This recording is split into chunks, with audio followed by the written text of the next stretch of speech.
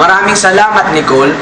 Nandito ako ngayon upang iulat ang pagpatong-patong ng presyo ng mga bilihin. Ang ating mga sahod ay nagbabaan, gayong gastusin ay nadadagdagan. Gobyerno natin, wala pa bang paraan? Pagtaas ng bilihin ang siyang dahilan. Ang halaga ng gulay, isda at prutas, lahat ng mga to ay nagtataasan. Ang hain na kanin sa mga lamesa, di man lang sumapat sa ating sikmura. Bahagyang tumaas ang presyo ng gasol dahil sa pagbaba ng produksyon nito.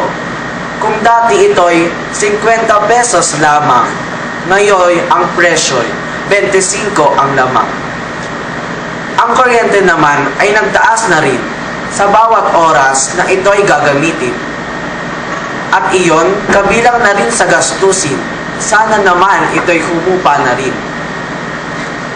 Narito ako ngayon upang iulat ang sitwasyon sa mga paaralan